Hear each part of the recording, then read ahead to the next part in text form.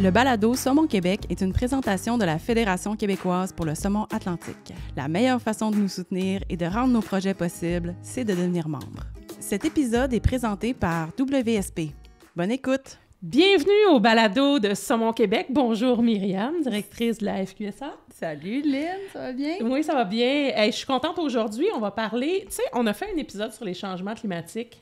Puis, on parlait surtout de ce qui se passe en mer. Mais aujourd'hui, on revient un peu sur cette thématique-là pour parler de tous les enjeux liés aux crues puis aux périodes d'étiage qui sont complètement bouleversées par ces changements-là qu'on vit à l'heure actuelle. Puis, l'impact potentiel que ça peut avoir sur le saumon. Il y a des crues, par exemple, qui vont être plus fortes à certains endroits selon les dernières études, surtout dans le nord du Québec, alors que dans le sud, les crues vont être probablement plus faibles. Puis les périodes d'étiage changent en temps, puis en intensité aussi, l'été comme l'hiver. On le voit, puis ça, tu sais, il y a beaucoup de questions qu'on reçoit, en fait, associées avec ça. Tu sais, on le voit d'une saison à l'autre, ces conditions-là qui changent au niveau des pêcheurs, c'est sûr qu'ils sont très à l'affût de ça. Donc, c'est vraiment intéressant de venir explorer cette thématique-là sur l'impact sur le saumon. Puis pour répondre à toutes ces questions-là qu'on reçoit, ben on a trois super invités que je vous présente à l'instant. Jean-Christophe Guay, qui est conseiller en environnement pour Hydro-Québec, notamment impliqué dans le conseil d'administration de la Société Saumon de la Rivière-Romaine, un organisme qui fait partie de la FQSA. Oui. Bonjour Jean-Christophe. Bonjour. Et Sébastien Lavoie, qui est directeur général de la Société de gestion de la rivière Matane, biologiste de formation et pêcheur de saumon aussi. Effectivement. Sébastien de Matane, c'est ça, hein, qu'on m'a dit. la version abrégée. Puis un autre Sébastien Ouellet-Proux, qui est à la direction de l'eau potable et des eaux souterraines et de surface pour le ministère à l'acronyme interminable Environnement, lutte contre le changement climatique, Faune et Parc, le MEL-CCFP. Bonjour Sébastien. Bonjour, on peut dire ministère de l'Environnement, je pense. Oui, donc Sébastien de Matane, Sébastien du ministère, Jean-Christophe. C'est super facile.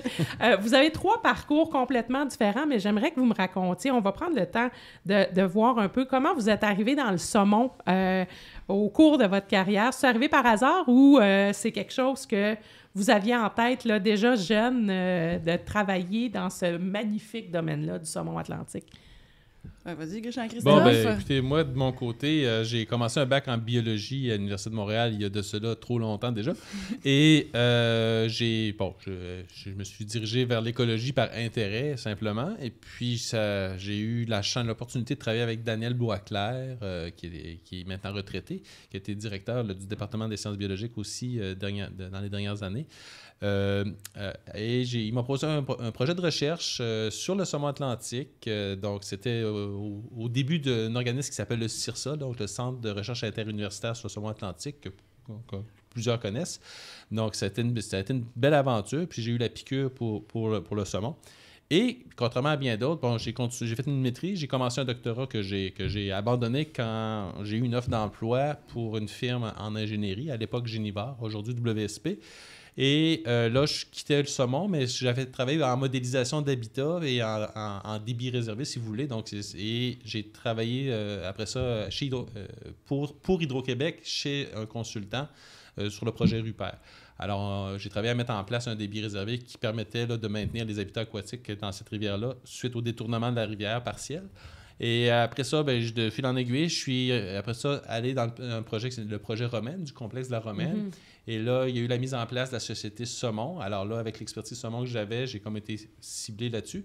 Donc ça a commencé en 2010. Et depuis 2010, c'est ça, je travaille sur le saumon de la rivière Romaine. Donc je suis revenu à mes premières amours là, sur le saumon à ce moment-là. Ben oui, puis en plus, je tiens quand même à le souligner, évidemment, en parallèle de la société Saumon de la rivière Romaine, on a parlé déjà à nos auditeurs et tout ça, mais il y a eu aussi le programme de mise en valeur des habitats du saumon atlantique de la Côte-Nord, qui était un programme là, aussi associé avec les projets autour de la Romaine, mais qui visait finalement plein de projets de restauration puis d'aménagement sur toute la Côte-Nord, puis qui était coordonné aussi avec la FQSA, Hydro-Québec, ministère Faune, ministère Environnement, sur lequel tu as participé tout le long. Oui, c'était un programme assez exceptionnel. Une petite parenthèse, ça a été sur une durée d'environ 10 ans.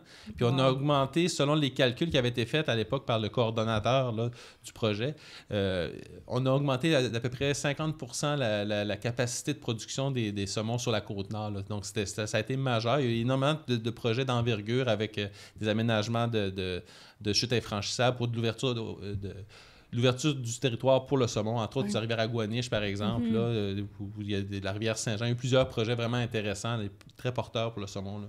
Wow. Sébastien Lavoie, si on change de bord du Saint-Laurent puis on s'en va à Matane, qu'est-ce qui t'a mené à la rivière Matane au saumon? Ça a-tu toujours été dans tes plans? Non, pas du tout. Non? Ça, c'est intéressant. Complètement par hasard, Ah oui? oui. Dans le fond, moi, je suis biologiste de formation. J'ai fait mon bac en biologie à l'Université du Québec à Rimouski. Par la suite, j'ai poursuivi mes études à l'Université Laval en sciences forestières. Après ma maîtrise, j'avais débuté un doctorat en biologie à l'Université Laval encore et j'étudiais l'impact des fortes densités d'orignaux sur la régénération forestière. Et mon terrain d'études était dans la réserve faunique de Matane. OK. Donc, pendant que je faisais mon terrain, il est arrivé une opportunité où il y avait besoin d'un directeur par intérim au niveau de la Société de gestion de la rivière Matane. Donc, je me suis dit, OK, un petit intérim comme ça, quelques Tombé mois. dans le piège. Ah là, j'ai pas ressorti de là, mais... Mais tu sais, quand on tombe dans ce domaine-là, où qu'on voit que c'est plein de gens passionnés, c'est tellement une belle ressource, je suis tombé en amour avec cette espèce-là, puis je suis là depuis au-dessus d'une dizaine d'années à la rivière Matane, puis j'essaie de m'impliquer le plus possible. Comme là, présentement, depuis environ un bon 6 ans, je suis sur le conseil d'administration de la Fédération québécoise pour le saumon atlantique. Donc, j'essaie de faire mon possible pour cette espèce-là puis pour la communauté saumon. Est-ce que les orignaux te manquent? Oui, mais... Mais le saumon, c'est bien mieux. Oui, bien, dans le fond, je suis parti du roi des forêts vers le roi des rivières, donc ça reste noble. Oui, c'est clair. Puis, Sébastien Ouellet-Proulx, au niveau du ministère, est-ce que tu es arrivé là par hasard ou c'était vraiment ton plan de travailler dans ce genre de domaine-là? Non, le ministère, c'était par hasard. Et puis, moi, si je retrace mon parcours, je viens d'une famille de pêcheurs. Ah, pas vrai. Loisirs. Pas de saumon. Mais j'étais intéressé par les rivières à travers la pêche. Je suis allé en hydrologie, j'ai fait une maîtrise et un doctorat à l'INRS en modélisation hydrologique. Et puis j'ai travaillé avec André Saint-Hilaire, Normand Bergeron, qui, eux, semblaient omnubilés par le saumon. Moi, je pêchais d'autres espèces, mais pas le saumon. Ça a détendu. Ouais, c'est ça. Puis là, je suis passé par le CIRSA, la station sur la Sainte-Marguerite. Là, je me suis dit, je pourrais essayer ça, la pêche au saumon. Je pêche d'autres espèces. Puis là, j'ai pogné la piqûre. Et puis, je me suis intéressé au saumon. Mais en parallèle, mon parcours professionnel, pendant que je faisais un postdoctorat avec Normand Bergeron, où on s'intéressait à la modélisation, la prévision thermique pour le maintien des habitats de saumon atlantique. J'ai eu un appel du ministère qui me demandait si j'étais intéressé à aller faire de la modélisation de transport de contaminants. Okay. Et donc, je me suis dirigé vers le ministère et j'ai rapidement migré vers la gestion quantitative, la gestion des quantités d'eau pour l'autorisation de prélèvement d'eau, entre autres. Là. Donc, pour le partage de la ressource.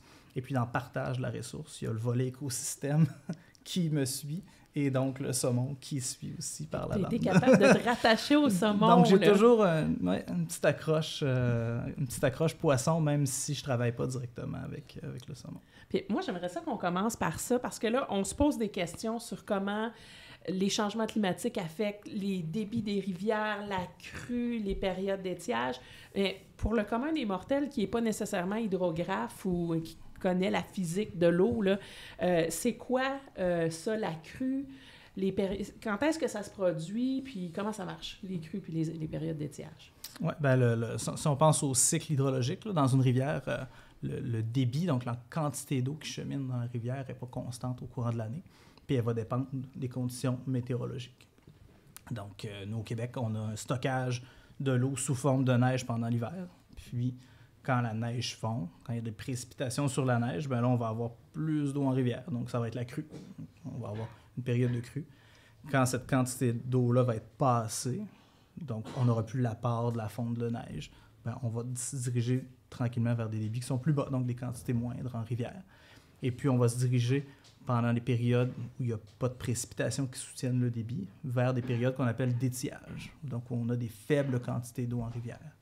Puis dans ces périodes-là, les températures sont plus élevées, ce qui va occasionner de l'évapotranspiration, de l'évaporation. Donc une perte d'eau supplémentaire sous forme de vapeur qui va être rétribuée à l'atmosphère. Donc ces conditions-là, combinées, vont se transformer en périodes de faible quantité d'eau, qui peuvent être critiques pour certaines espèces. C'est un cycle à chaque année, les rivières fonctionnent à chaque année, ça va être variable d'une année à l'autre, mais on va toujours avoir ce cycle-là, crue au printemps et étiage en été. L'étiage d'hiver, c'est quoi? On va avoir généralement des précipitations dans le sud du Québec qui vont soutenir le débit à l'automne, donc une hausse du débit à l'automne. Et puis, puisque la précipitation en hiver, elle tombe sous forme de neige, donc elle va être stockée, donc il n'y aura pas de contribution au débit en rivière, donc on va avoir un étiage en hiver aussi, donc une faible quantité d'eau en hiver qui va précéder la crue, donc la fonte des neiges. Puis ça veut dire que le saumon, c'est un poisson qui doit s'adapter à plein de conditions. C'est pas un long fleuve tranquille. Là. Non, puis évidemment, comme son comportement est aussi timé avec ces variations-là de débit, là, particulièrement quand il est en montaison, mais même quand il est en dévalaison, j'imagine que ça peut contribuer un peu. Mais avant de passer au saumon, j'aimerais ça comme peut-être que tu nous fasses un portrait de qu'est-ce qui a changé dans les dernières années. Moi, j'entends beaucoup de préoccupations par rapport à une perception d'une plus grande récurrence ou de plus grosses crues automnales, par exemple, ou très tardives au niveau peut-être des rivières à saumon ou ailleurs, puis peut-être des étiages qui sont plus sévères, mais est-ce que c'est vraiment le cas? Puis qu'est-ce que les modèles nous disent vers quoi on s'en va des prochaines années? Oui, on peut parler de ce que les modèles sur quoi le modèle nous renseigne pour les prochaines années. Mais d'abord, à savoir si on a une plus grande fréquence, une plus grande intensité des étiages.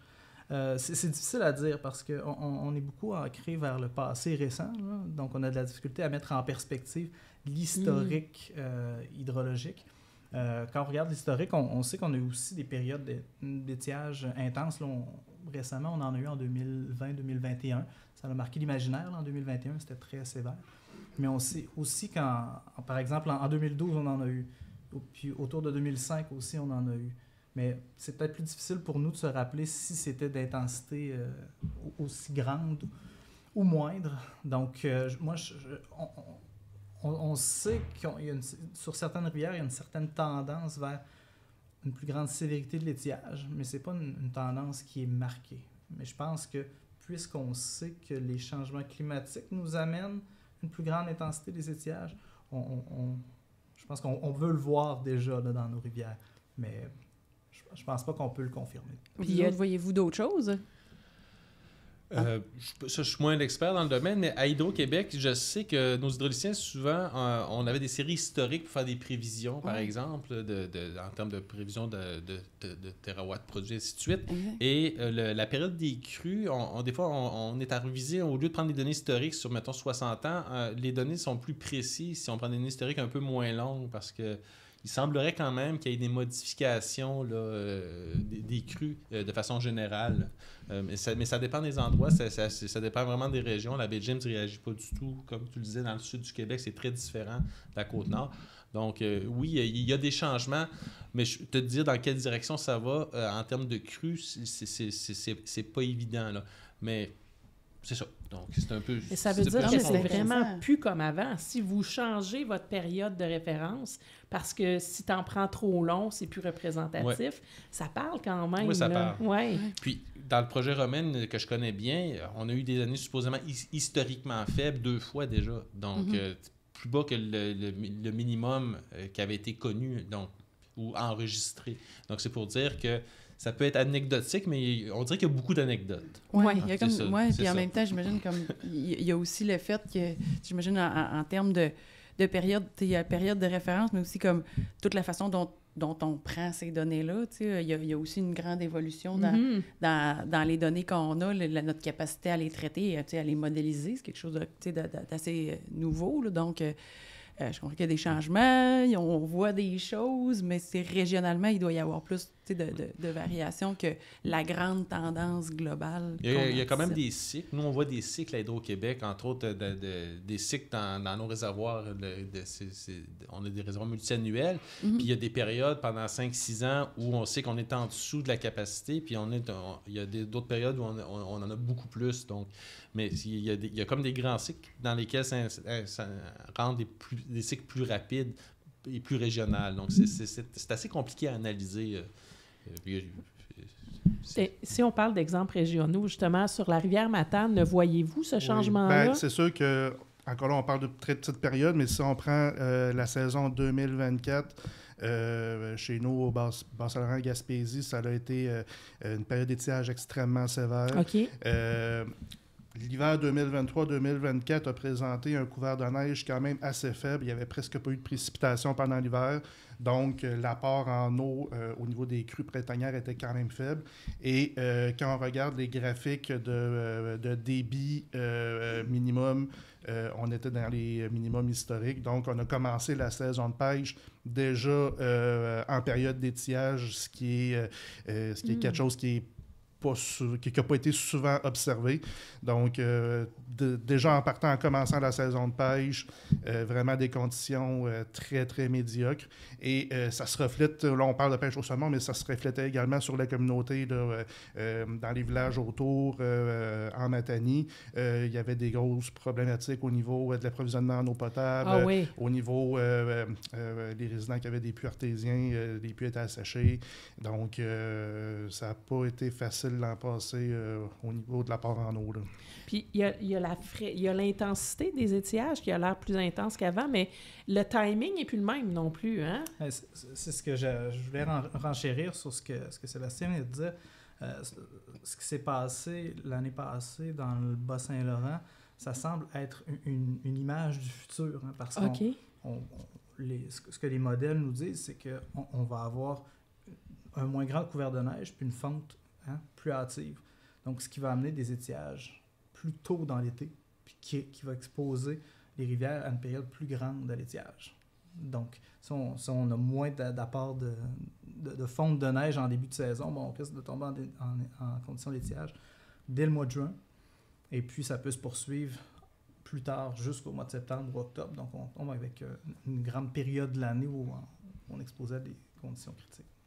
Oui, puis tu sais, comme ce que tu dis tantôt, je veux dire, évidemment, nous, on aime le saumon plus que tout, mais c'est plus large que ça aussi, parce que tu es un peu à l'intérieur de ton travail, si tu parles de calculer, de modéliser nos besoins en eau aussi, ben, je veux dire, les municipalités ont besoin d'eau, il y a des besoins qui peuvent être industriels ou autres, municipaux, sanitaires.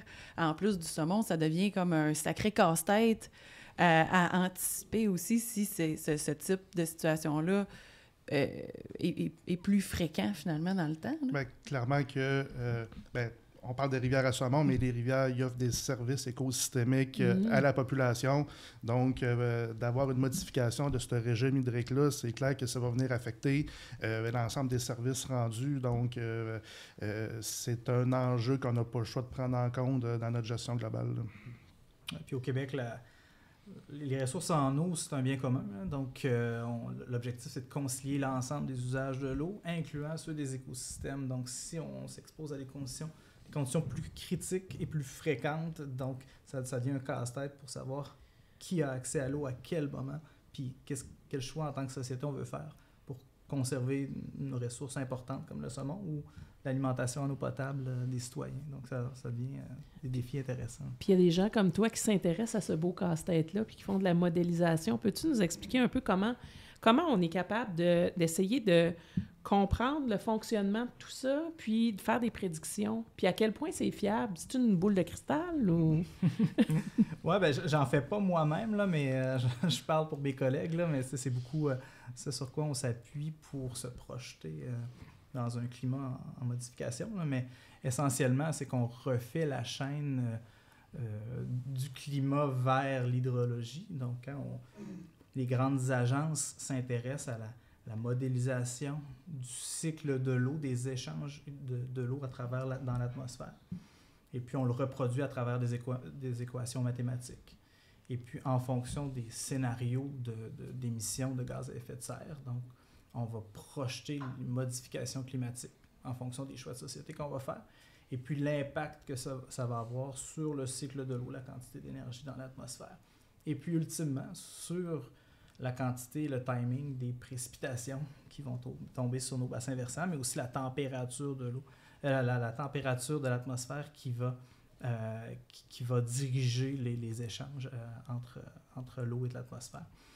Et donc, on a des modèles climatiques qui sont connectés à des modèles hydrologiques qui nous permettent de faire des projections en climat futur. Donc, quand on parle de projection, on n'est pas capable de dire c'est en 2040, au mois d'août, il va faire telle température puis on va avoir tel débit. Mais on va aller faire une modélisation de l'ensemble des chroniques, puis on va sortir des statistiques qu'on va comparer aux statistiques passées. Donc, on va comparer comment l'atmosphère et les bassins versants vont se comporter par rapport au comportement actuel. Et puis, à savoir si c'est fiable. On espère qu'un petit peu. Ben, il y a une part d'incertitude dans ce type de modélisation-là. Mais, par exemple, quand on projette les étiages en climat futur, l'ensemble des projections se dirige vers une augmentation de la sévérité des étiages. Donc, malgré l'incertitude, il y a une cohérence dans les résultats de modèles. Donc, on a une très grande confiance, sachant que les modèles sont rigoureux, qui sont cohérents entre eux, et puis qui sont validés sur des observations passées. J'aurais une question de modèle pour toi, Sébastien. Dans le fond, sur nos rivières à saumon, depuis quelques années, on a installé des thermographes sur nos rivières pour participer au réseau RIFTEMP. Est-ce que ces données-là sont utilisées pour la modélisation? Les données de RIFTEMP sont gérées sont stockées à l'INRS, si je ne me trompe pas, à moins qu'il y ait eu des développements. Et puis, jusqu'à maintenant, c'était beaucoup utilisé pour des projets universitaires. Moi, pendant mes études graduées, je les ai utilisés pour faire de la modélisation thermique. Nous, présentement, au ministère, on collabore avec Ouranos, le consortium Ouranos qui a une grande expertise sur les changements climatiques au Québec. Et puis, on travaille à intégrer la thermie, donc la température de l'eau, dans la modélisation hydrologique pour justement faire des projections en climat futur de la thermie en rivière. Et puis, ces modèles-là qu'on utilise, ils sont calibrés, ils sont ajustés à partir de données réelles en rivière. Et puis, ce sont majoritairement les données de RIFTEMP qui sont utilisées pour ajuster ces modèles-là. Donc, la réponse courte, c'est oui. D'où l'importance pour nous, les gestionnaires de rivière, de poursuivre nos efforts, d'installer des thermographes en rivière, de faire la récolte de données qui va servir éventuellement à votre travail. Tout à fait, parce que si l'initiative RIFTEMP n'existait pas, même si on voulait maintenant commencer à modéliser la température de l'eau pour la prochaine climat futur, on ne pourrait pas le faire parce qu'on n'aurait pas de données de calibration. Donc, fait que les données viennent des organisations qui sont là sur le terrain, d'Hydro-Québec aussi. J'imagine que vous avez un paquet de... On a quelques données. Je crois qu'on a partagé plusieurs données avec RIFTEMP.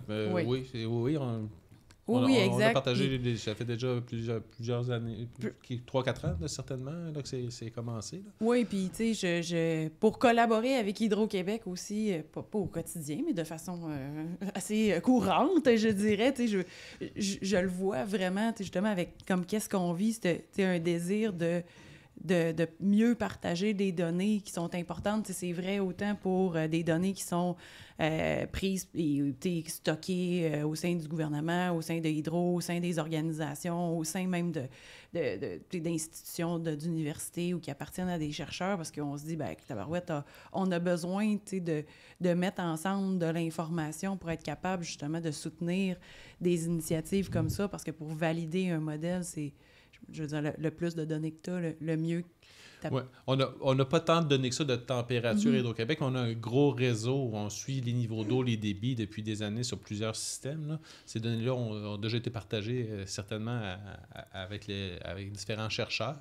Même chose sur les données biologiques, sur les poissons. On a partagé à travers FishHab, qui était une initiative faite par le GRIL, le groupe de recherche en immunologie. On a partagé aussi des données, donc des données de pêche depuis les années 80. Donc, oui, on partage les données le plus possible parce qu'on fait des études constamment là, depuis les années 80 là, à Hydro-Québec.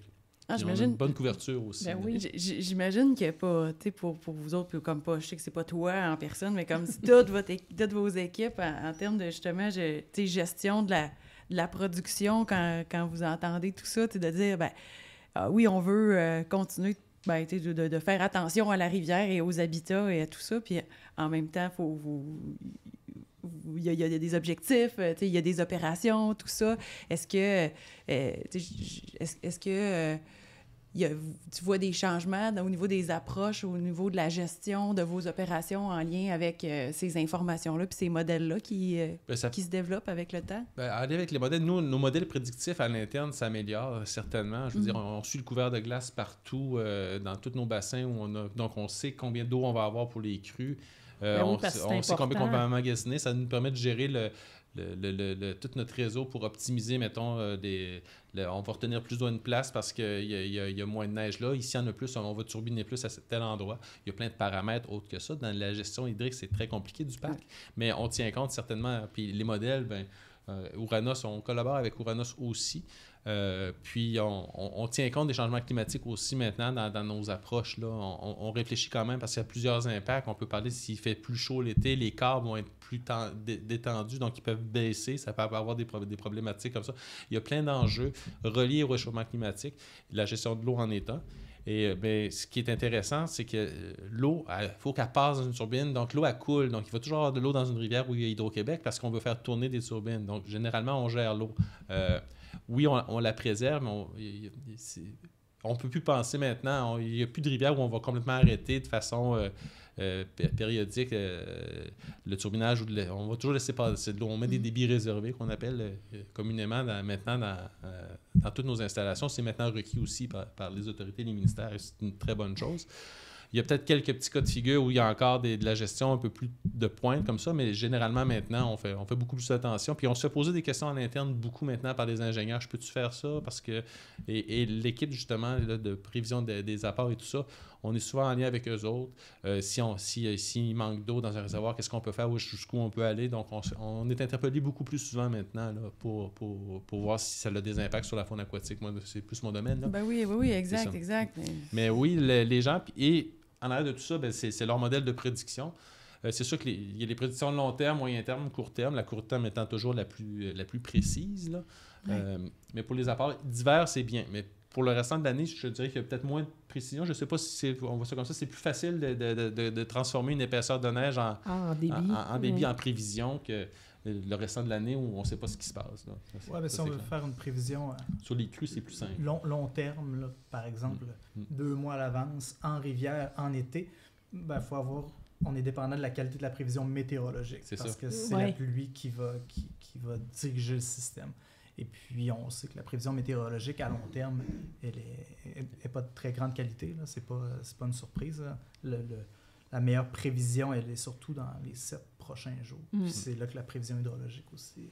Je trouve ça quand même intéressant de voir que toutes les données servent différents usages, puis que là, ils commencent à avoir une collaboration pour se partager ces données-là. Ce que vous avez besoin pour planifier votre turbinage peut servir à des modèles pour protéger le saumon ou la température, les débits d'eau, puis tout ça, ça peut servir à plein de monde en même temps. Puis au lieu de travailler chacun tout seul de son bord en silo, ça met encore plus d'efficacité à en collecter plus, puis le moins possible faire le travail en double. Là. Ça, c'est vraiment le fun. On voit la tendance, même nous au ministère, là, de plus en plus, c'est encouragé de sortir la donnée du ministère, de la publier, entre autres, sur Données Québec. Là, nos données, souvent, elles se ramassent là, puis c'est encouragé. Ça n'a pas toujours été le cas, mais on voit la mouvance vers le partage de la donnée, la définition de formats collaboratifs qui vont être compatibles. Là. Donc, c'est tout à fait utile pour l'ensemble de la communauté, disons, hydrologique et gestion de l'eau en général.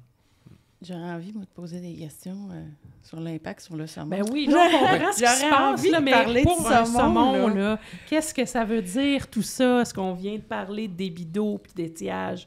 Ça doit... Déjà, le saumon, c'est une espèce qui doit s'adapter au cours de sa vie à plein de conditions différentes. Mais là, si en plus de ça, dans cette variété de conditions, il y a plein d'affaires qui changent, moi, j'aimerais vraiment ça vous entendre sur ce que ça peut avoir comme impact dans la vie d'un saumon. Oui, exact. Puis, tu sais, en fait, j'aurais envie de vous l'amener un peu de façon saisonnière, tu sais, parce que, évidemment, par l'été, l'étillage, les saumons sont adultes, c'est la reproduction qui se passe à l'automne. Pendant l'hiver aussi, il y a toute l'incubation des œufs, la montaison, la dévalaison aussi qui se passe au printemps. Fait que, On commence au printemps. On commence au printemps? La neige commence à fondre. Là, qu'est-ce qui se passe pour le saumon? Dans le fond, avec les crues printanières, c'est pas quelque chose qui va être vraiment problématique pour le saumon, selon moi. C'est normal, à tous les ans, il y a des crues printanières, fait que ça va bien. Puis souvent, la crue a lieu après que les œufs de saumon aient éclos. Donc, il y a moins de problématiques par rapport à ça. Donc, pour le printemps, c'est pas quelque chose à marquer, selon moi, là. C'est plus au niveau de l'été que là, la partie de période d'étiage, c'est quelque chose qui est plus, qui peut être dommageable pour les saumons quand, justement, la période d'étiage va être sur une plus longue période et de plus forte intensité. Comme on a parlé tantôt, période d'étiage, souvent, c'est associé également avec des conditions d'eau chaude importantes. On sait, le saumon, c'est une espèce d'eau froide. Il a besoin d'avoir une eau froide avec un apport d'oxygène important. Donc, lorsqu'on tombe en période d'étiage, le saumon doit s'acclimater, doit tomber en mode survie. Donc, va aller souvent dans des refuges thermiques en attendant d'avoir les bonnes conditions en termes d'oxygène. Dans le fond, on va rester dans ces refuges thermiques pour avoir de l'oxygénation, d'avoir de l'eau fraîche. Et pendant ce temps-là, le saumon va être vulnérable. Dans le fond, en étant regroupés sur les refuges thermiques, sur certaines fosses, les saumons peuvent être vulnérables au braconnage, entre autres. Ah oui, hein. Donc, pour nous, comme gestionnaires, quand on tombe en période d'étiage, il faut surveiller nos refuges thermiques pour éviter qu'il puisse y avoir du braconnage, entre autres. Là. Parce que le refuge thermique, c'est comme sa dernière chance là, de survie. Là, oui, exactement. Il faut leur donner une chance oui. quand ils sont là. Puis, en même temps, lorsque les saumons sont sur des refuges thermiques, il y a quand même une promiscuité avec l'augmentation de la température d'eau chaude. Il peut y avoir passage de maladies, passage de pathogènes, entre autres. La survie peut être affectée aussi avec une diminution de l'apport en oxygène. Donc, ça, c'est pour, mettons, les saumons adultes. Mais également, si on regarde les différents stades de vie du saumon, si on va avec les saumons juvéniles, dans le fond, les tacons, que souvent vont se retrouver dans les tributaires, eux peuvent avoir des problématiques au niveau de la connectivité de l'habitat. Quand on a des périodes d'étiage sévères où il y a presque plus d'eau dans le cours d'eau, ça passe plus. Exactement, les tacons peuvent avoir de la difficulté à aller sur leurs aires d'alimentation, entre autres. Aussi, on parle, mettons, dans le milieu forestier. Souvent, les tributaires vont concorder aussi avec les chemins forestiers, les ponceaux, et ainsi de suite. Et quand on tombe en période d'étiage sévère où l'eau ne passe plus, il peut y avoir des problématiques au niveau de remonter plus haut dans le tributaire, de traverser des ponceaux et d'avoir accès à plus de territoire. Mm-hmm. Donc, oui, ça peut... c'est problématique pour ça. Puis, voyez-vous... Oui. En fait, là-dessus, je pense qu'il y a beaucoup de choses à dire. On va les faire intervenir les deux autres aussi. Moi, je suis un pêcheur de saumon, là, mais c'est pas pour ça que je suis ici, mais je me demandais si vous aviez des modes de gestion particuliers pour les refuges thermiques. Là. Moi, on a vu ça arriver dans certaines rivières, là, interdiction de pêche. Entre autres sur la rivière Matane. Je pense à la Capsaise, peut-être. Exactement. Là. Nous, la fosse Capsaise, qui est un refuge thermique qui est reconnu depuis depuis pratiquement toujours. Lorsqu'on tombe en période d'étiage sévère, j'ai une grosse proportion des saumons de la rivière qui vont se retrouver dans la fosse capsaise. Et il y avait des problématiques de braconnage à cet endroit-là où les pêcheurs lançaient leur ligne à l'eau, faisaient couler leur mouche pour essayer d'aller... communément le terme de jiguer un saumon, dans le fond, de tenter de le prendre ailleurs que par la bouche. Et là, à ce moment-là, ben, tu prends un saumon qui est en stress thermique, tu lui donnes un combat qui n'est pas voulu vraiment parce qu'on sait que les saumons sont beaucoup moins preneurs généralement lorsqu'on est en période d'eau chaude. Et là, à ce moment-là, ben, il peut y avoir une augmentation de la mortalité ou une modification au niveau de leur reproduction plus tard à l'automne. Donc, la protection des refuges thermiques dans ce moment-là, c'est quelque chose qui est critique. Puis, en 2 ans environ, pour protéger ce refuge thermique-là de la fosse capsaise, on a mis une interdiction de pêche à partir du 1er août qui coïncide au moment où les débits sont les plus faibles en rivière. OK, c'est intéressant. Il y a une plus grande conscience de l'importance des refuges thermiques. Oui. Et il y a pour d'autres rivières au Québec, ils ont mis en place des protocoles d'eau chaude que lorsque les températures d'eau sont plus élevées, ben, il peut y avoir une fermeture de la pêche. Personnellement, ce n'est pas quelque chose que je vais préconiser chez nous, considérant que nous, ce qu'on veut, c'est de quand même garder des pêcheurs sur la rivière parce que les pêcheurs ont un effet positif sur la protection de la rivière. C'est des yeux contre le braconnage.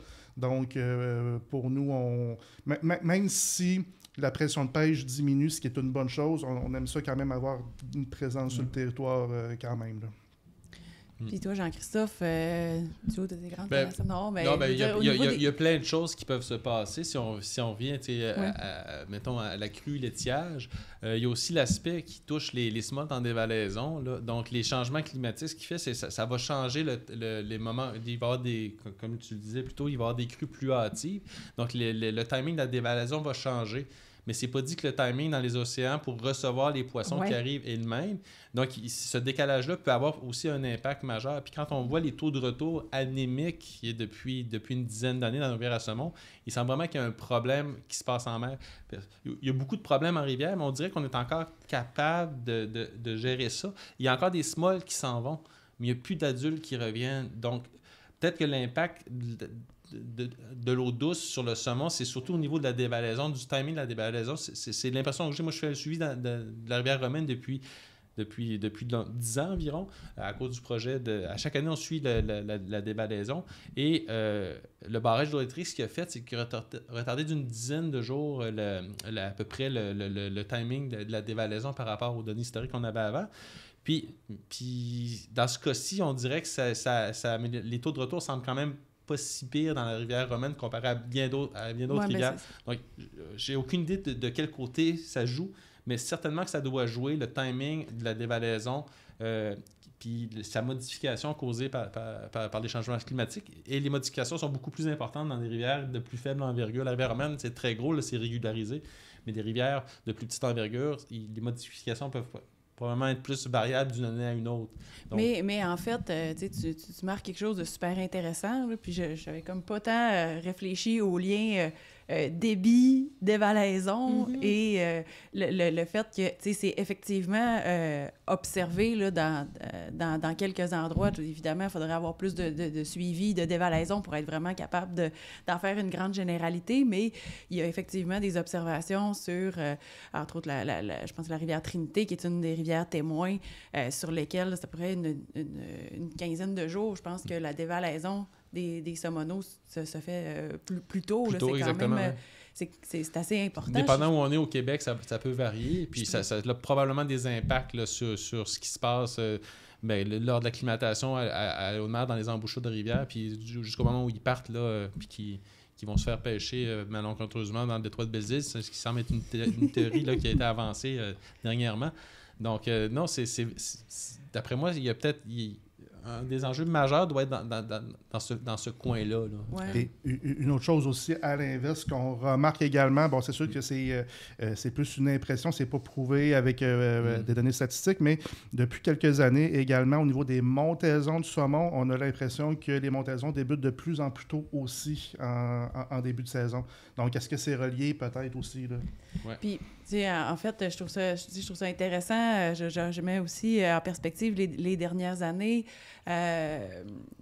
On regarde évidemment les montaisons de façon quasi religieuse quand on travaille dans le monde du saumon. Puis on s'intéresse fortement à ça. On voit que les pics de crue, si on a une belle crue constante, va aussi entraîner une montaison qui va être plus régulière et tout ça. Si on a des pics, la montaison va être associée à ça. Mais considérant qu'il y a des moments où on vit des étiages plus tôt, ben tu sais, des fois, on a l'impression, puis moi, c'est quelque chose que j'entends plus, c'est le fait qu'il y a des saumons qui vont rester plus près des embouchures ou encore dans le fleuve, à un peu virer en rond dans les embouchures pour attendre des conditions favorables pour la montaison. J'entends même de plus en plus des gens me parler des montaisons tardives. C'est très, très difficile, j'ai l'impression, à comme documenté, en fait. Bien, nous, on a la chance dans la Romaine de pouvoir faire un suivi. On barre la rivière au complet, puis on compte les saumons. Et puis, ce qu'on s'est rendu compte, on faisait un suivi jusqu'à la mi-août. Les 2 premières années qu'on a faites, on trouvait qu'on n'avait pas des bons résultats. On a poursuivi jusqu'à la mi-septembre, puis 30% des saumons montaient entre la mi-août et la mi-septembre, sur 2 années de suite, dont l'année passée. Ça se passe plus tard, puis vous ne le captiez pas au départ. Non, bien, ça commence à peu près aux mêmes périodes, mais c'est une rivière qui est régulée, là, c'est un peu plus difficile à dire, mais quand même, on dirait que les montaisons s'étalent plus longtemps, puis avec des montaisons tardives là, jusqu'à la mi-septembre. Donc, c'est surprenant. Là. Mm-hmm. Ben, c'est ça. Puis, tu sais, avec... on travaille étroitement, là, évidemment, avec le ministère du côté des équipes du saumon sur le déploiement des barrières de décompte sur quelques rivières. Là. Donc, c'est des plus petites rivières qu'on fait. Puis, ça fait déjà quelques années, ils essaient de retarder le plus possible l'enlèvement de la barrière pour être capable de capter le plus possible d'informations sur ces montaisons tardives-là. Mais des fois, c'est toujours un jeu, le pari de faut enlever quand même la barrière avant qu'il y ait les crues automnales, sinon ben, on va tout perdre, fait qu'on ne sera pas plus avancé. Mais c'est vraiment quelque chose qui est intéressant. Je ne sais pas comment on pourra mieux le documenter, mais ça me frappe qu'on l'entende. Moi, comme néophyte, j'aimerais savoir comment ça fonctionne, une barrière de décompte comme ça. C'est quoi techniquement, là? Bien, en fait, Jean-Christophe, parle-nous donc ça. C'est la plus grande qui est installée. Il y a plusieurs types de barrières. On peut mettre une barrière, comme celle qu'on utilise dans la Romaine, elle est faite avec des poteaux qui servent à faire du slalom. Là. Donc, bon, c'est ça. Il y a même eu une pénurie de l'année des Jeux olympiques. On a eu de la misère à trouver nos poteaux. Bon, ceci dit, c'est une anecdote. C'est une barrière, mais ça, c'est un cas particulier parce qu'elle est vraiment énorme. Si on a, je pense, au-dessus de 450 panneaux de peut-être 8 pieds par 10 pieds qu'on attache avec des câbles en acier. Donc, l'espace est de l'ordre de 1,5 pouce entre chaque panneau avec des distanceurs. Puis, on met ça sur 8 mètres de hauteur parce que c'est assez profond dans le Talouet. La zone d'écoulement principale de la rivière Romaine, c'est assez profond. Et on guide le saumon vers je vais faire de la publicité pour une firme, un lecteur Ichthyoss qu'on appelle. C'est un système qui a été développé par Génivore WSP qui permet de compter les saumons. Donc, c'est une espèce de tube en plexiglas dans lequel les saumons passent. Puis il y a des bandes laser qui permettent de différencier les grands saumons des madeleines. Et on a une caméra aussi en même temps. Donc, on voit tous les poissons passer en montaison, en dévalaison. Donc, on peut vraiment faire un assez bon décompte, assez précis. Là. Et puis, dans ce cas-ci, la barrière est inspectée tout le temps pour s'assurer qu'il n'y a pas de poissons qui passent ailleurs. Mais il y en a d'autres que c'est carrément du filet aussi, avec des pièges, des scènes, pas des scènes, des poches de scène ou des... Voyons, j'ai un blanc, Des scènes. Ils sont capturés, puis après ça, on va les chercher, puis on les remonte, on fait un décompte manuel. OK. Donc, nous, c'est bien, on ne les touche pas, on les laisse aller tout seuls. Oui, c'est ça. Puis, tu sais, en fait, dans la stratégie du ministère là, qui est associée avec les travaux sur lesquels on travaille ensemble, c'est la même chose. C'est le même système. Il y a des trappes rotatives aussi. Je crois que le ministère a des trappes rotatives. C'est un autre système de trappes. Ça permet de capturer un sous-échantillon, mais ça, c'est souvent des valaisons que c'est utilisé. En fait, c'est en dévalaison, pardon, c'est pas en montaison. Là. Mais pour évaluer, il y a différents systèmes de barrières. L'idée, c'est de barrer la rivière puis de concentrer le poisson. Les dérangeants le moins possible. Exact. Ouais, mais c'est tout qu'un défi. Non, mais c'est intéressant parce que pour le commun des mortels, on ne sait pas comment compter ça, des saumons. Là. Ben, tu sais, mais en fait, il y a quand même une bonne partie des décomptes aussi qui est faite particulièrement en Gaspésie, Bas-Saint-Laurent, qui est faite directement par des décomptes visuels là, qui peuvent être faits en apnée, en bateau. Oui, puis il y a certaines rivières qui ont également des passes migratoires, dont chez nous à Matane, Rivière-Métis, Rivière-Rimouski. Donc, dans le fond, des passes migratoires qui sont associées à des barrages qui nous permettent d'avoir le nombre exact de saumons en montaison, là, ce qui nous permet d'avoir des données vraiment précises. Puis ça, c'est-tu quelqu'un qui est là puis qui compte ou c'est comme un appareil qui mesure? Oui, dans le fond, chez nous, on le compte manuellement. Donc, dans le fond, on a des grilles, des saumons passent, on les décompte, on estime leur taille, on les laisse passer. Sur d'autres rivières, il y a du transport de saumons qui sont faits. Mm-hmm. Donc, les saumons tombent dans des pièges de capture et là, ils vont être camionnés plus en aval ou pour dépasser l'obstacle infranchissable qui fait en sorte que le saumon ne peut plus remonter. Donc, on va le porter plus en aval où il va être relâché dans la rivière. Là. Je pense que c'est des pièges qui sont... On ferme la porte, les saumons montent, l'eau passe, c'est une porte grillagée, le saumon s'accumule, là, le matin, on va les compter, on ouvre la porte, ils s'en vont, puis on ferme la porte. Donc, c'est souvent la façon la plus efficace. Là. Je pense qu'on avait ça sur la rivière Rimouski quand j'étais petite, ça se peut-tu? Oui, il y a la rivière Rimouski, il y a la rivière Métis, il y a Rivière-aux-Rochers qui a un système aussi qui est accessible pour que les gens peuvent voir, là, qui est à côté du poste d'accueil. C'est impressionnant à voir. Rivière-à-Mars. Rivière-à-Mars, effectivement, qui est en... C'est en camion, il me semble. Oui, exact. J'ai vu un camion relâcher des saumons. Là, c'est impressionnant. On a fait le printemps, l'été. Il se passe-tu d'autres choses, d'adaptation, de défis pour le saumon en lien avec ces crues-là puis ces périodes d'étiage qui sont différentes d'avant? Juste, peut-être, tu sais, l'alimentation de croissance des juvéniles de saumon se fait généralement dès la fonte des neiges jusqu'au milieu de l'été. Par la suite, il continue à s'alimenter, mais il va surtout maintenir. Il va avoir moins de gains. Okay. Donc, les modifications au printemps, si ta crue est trop hâtive puis que tu n'as pas encore ton émergence d'insectes, ça peut avoir un impact. Ben oui. Et si tu as un étiage plus sévère et rapide, la température monte et là, la quantité de nourriture qu'il mange va pas lui permettre nécessairement de croître, mais juste servir à son maintien. Donc, c'est ça qui peut aussi expliquer des fois des mortalités plus grandes ou des taux de croissance moins bons dans les rivières. Donc, c'est vraiment le décalage. Le décalage est très important, puis tout est une question de timing. Puis pour le saumon, c'est particulièrement le cas. J'aurais une question pour vous. Désolé, je ne vais pas t'interrompre. On sait que les rivières ne réagissent pas de la même façon au climat, à la météo. Hein. Il y a des rivières comme des bassins versants qui ont des plus grandes capacités de rétention, donc qui vont atténuer la sévérité des étiages, qui vont maintenir un débit plus élevé. Donc, quand vous parlez de conséquences observées, est-ce que vous voyez une variabilité spatiale de ces conséquences-là? Par exemple, les montaisons tardives, est-ce que c'est la même chose dans les rivières du Bas-Saint-Laurent par rapport aux rivières de la Côte-Nord? Parce qu'on sait qu'elles ne réagissent pas de la même façon. Ça va être local. Comme nous, c'est... Mettons, je prends chez nous, ce qu'on remarque aussi, c'est que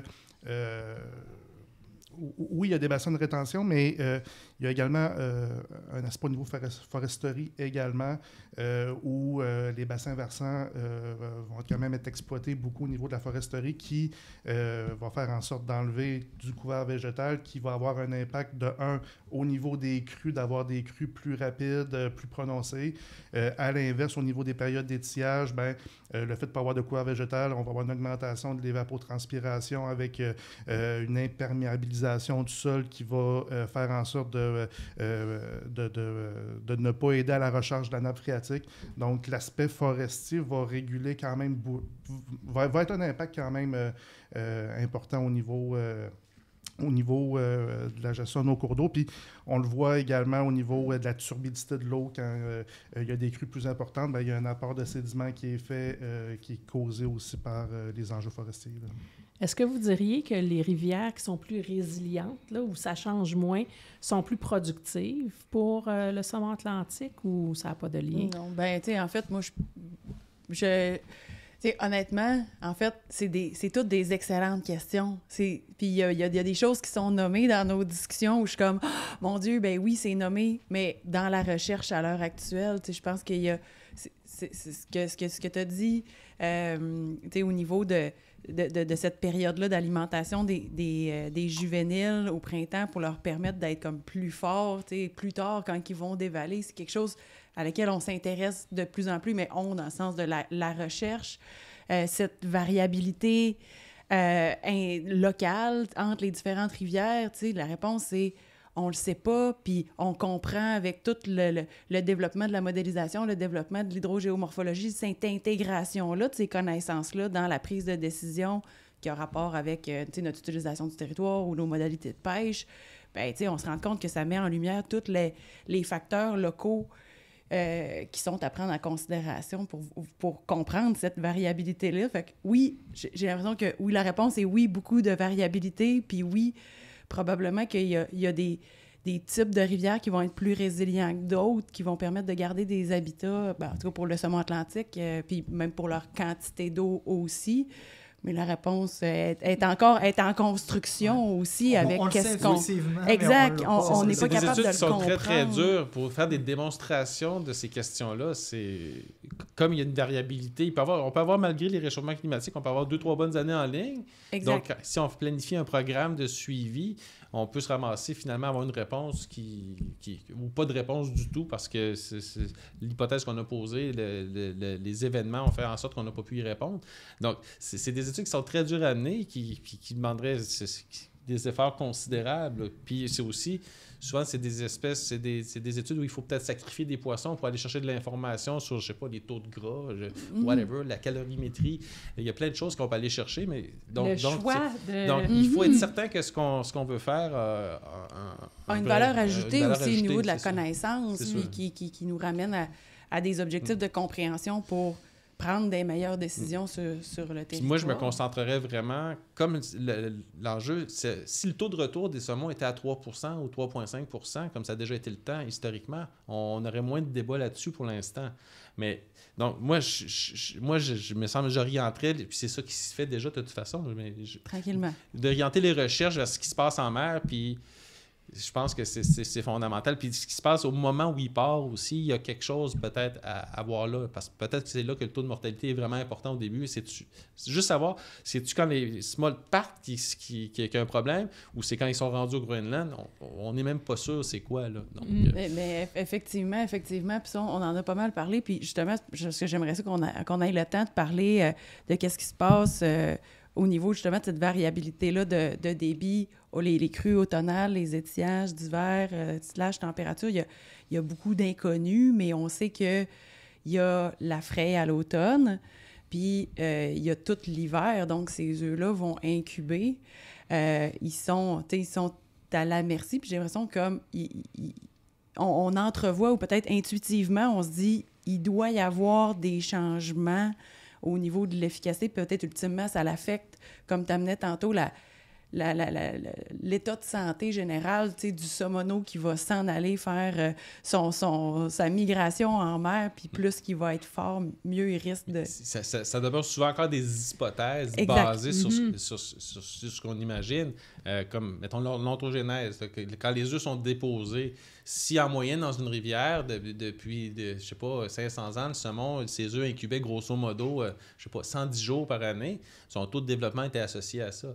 Donc, si on réduit la durée de l'hiver, puis que l'eau commence à se chauffer plus tôt, les degrés jours nécessaires à l'incubation, ben ça sera plus, mettons, 0,1 degré jour pendant 100 jours, ça va être, mettons, 0,1 degré jour pendant 80 jours, puis après ça va monter à 2 degrés jour. Donc, le développement va plus se faire de la même façon. Est-ce que ça a un impact? Je ne sais pas. Mais c'est une question qu'on pourrait se poser. Ben oui. C'est ça. Puis les œufs, c'est moins adaptable qu'un saumon qui est capable de se déplacer, là.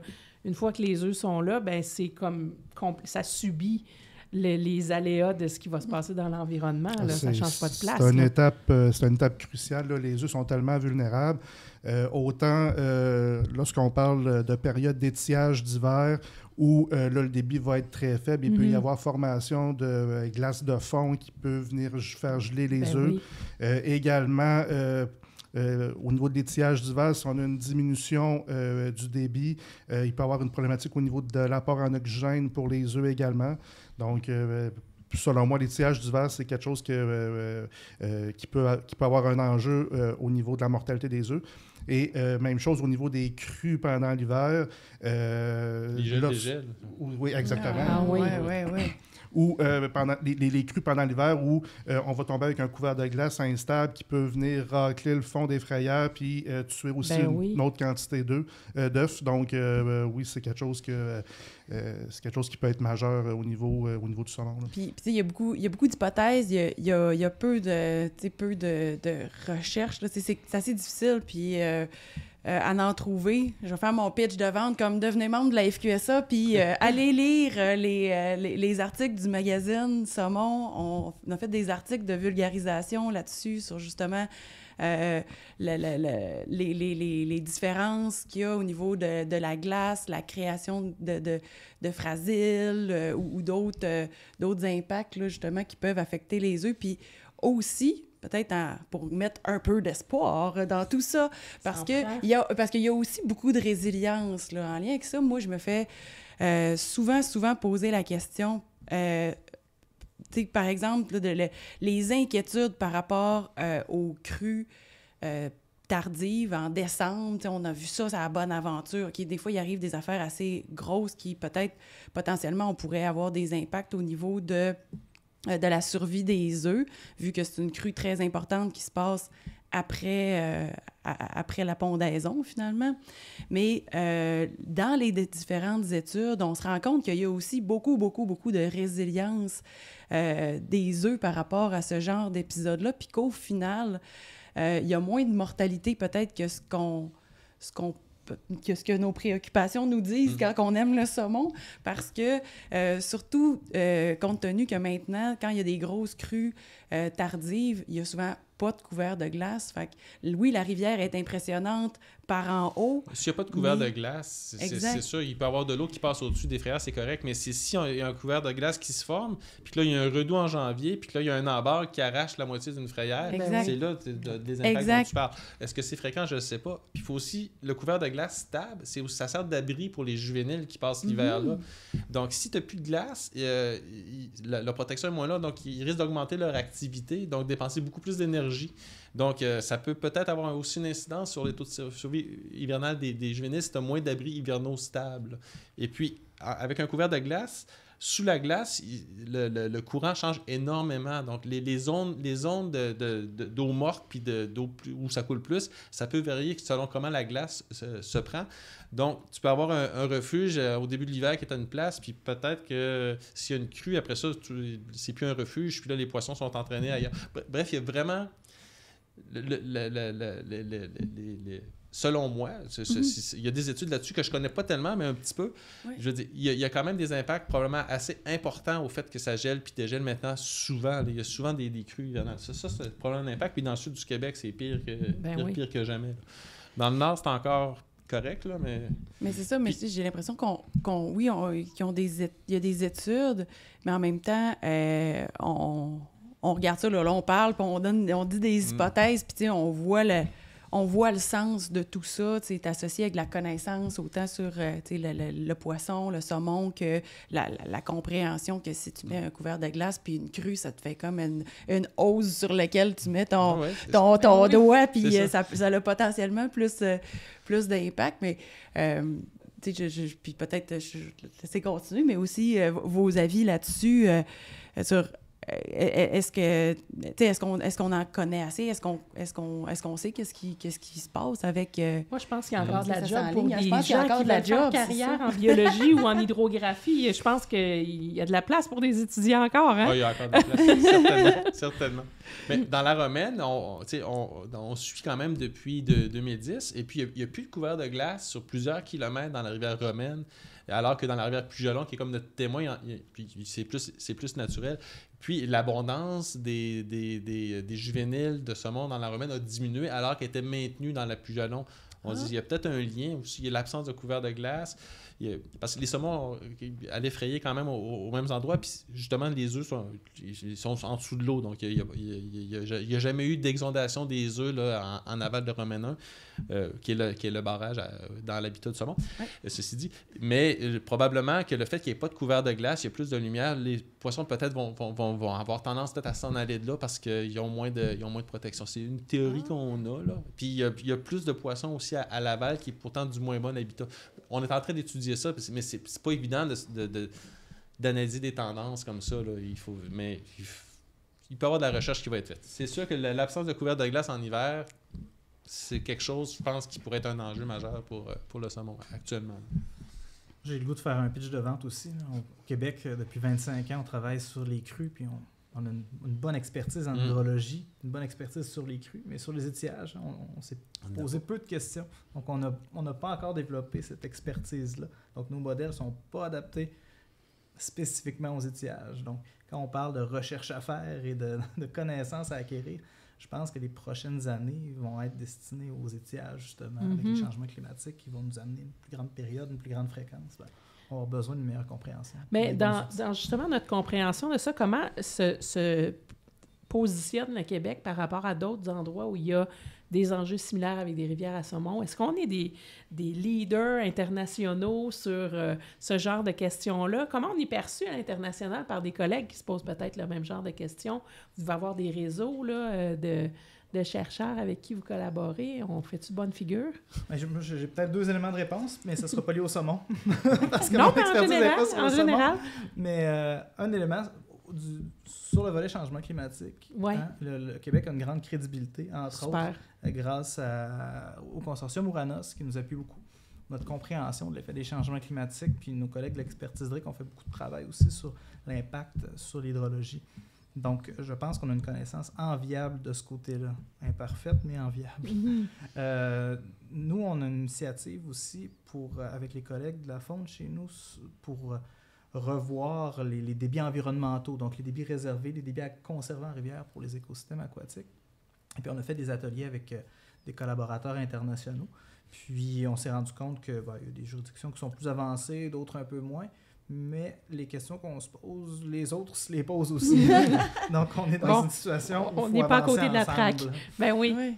Ben, ce ensemble-là, il est important, je pense, parce que moi, ce que j'apprends, c'est que c'est tellement complexe, puis c'est tellement multivolet, multifacette, qu'il faut travailler en interdisciplinarité, puis on n'a comme pas le luxe de se passer du savoir de personnes, les biologistes qui vont travailler sur la réaction du saumon, comme les hydrographes qui comprennent le débit des rivières, les communautés côtières ou les Premières Nations qui voient probablement ça aller depuis longtemps, puis qui ont comme une perspective historique, là, fait que c'est complexe, puis il y a encore de la place, je pense. Ben, tu sais, c'est complexe, puis je veux dire, cette discussion-là, m'enchante, tu sais, moi, c'est un bout que je trouve hyper motivant aussi dans ce qu'on fait, puis qu'encore une fois, le saumon atlantique demeure le roi des rivières, mais aussi qui peut rayonner sur l'ensemble de nos connaissances, demeure un indicateur super intéressant pour faire le lien, en fait, entre ces différentes disciplines-là, puis notre compréhension globale, puis les décisions qu'on prend sur le territoire. Mais je vois qu'on a ciblé dans cette discussion-là au moins 138 nouvelles maîtrises et doctorats faire dans les prochaines années.